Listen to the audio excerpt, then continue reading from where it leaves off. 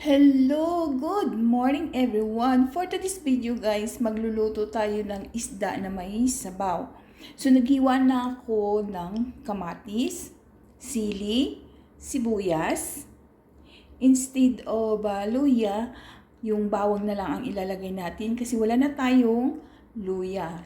So meron tayong lemon at yung ating isda na bisugo. So, ito yung ating lulutuin today guys. At lalagyan natin siya ng malunggay. Ito yung kinuha naming malunggay sa may bakanting lote ng isang gabi. So, ito yung ating menu for today guys. Yung kusidong bisugo. So, start cooking. Pakulo na tayo ng tubig. So, ilalagay na natin yung mga ricado. Ilagay natin yung bawang, sibuyas, kamatis,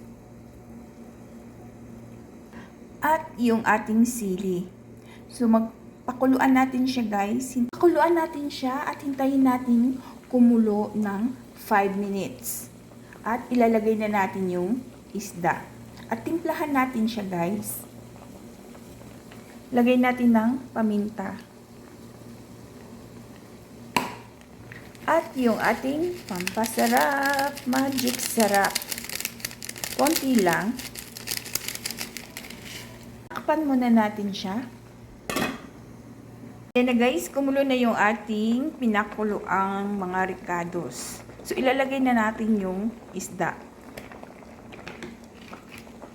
At hintayin ulit mga 10 minutes or 5 minutes. Tatakpan muna natin siya guys. So ilalagay natin yung piniga nating lemon. Wala man tayo ditong kalamansi kaya lemon na lang ang ilalagay natin. So ilalagay na natin ngayon yung malunggay.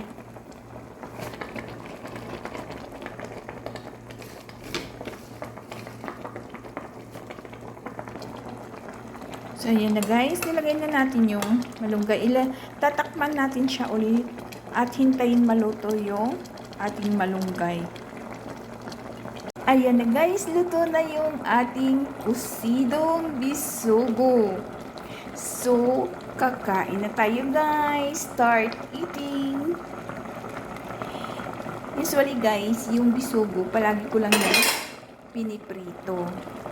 So, ngayon, gusto ko naman may sabaw.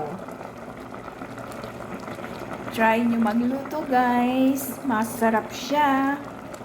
Pwede din yung talbos ng kamote ilagay. Kung anong gusto nyong gulay ilalagay. Yung sa akin kasi available ko lang ang malunggay. At saka free yan. Ito na guys yung ating kusidong bisugo. Luto na siya guys. Ready to eat na siya guys. So kain tayo.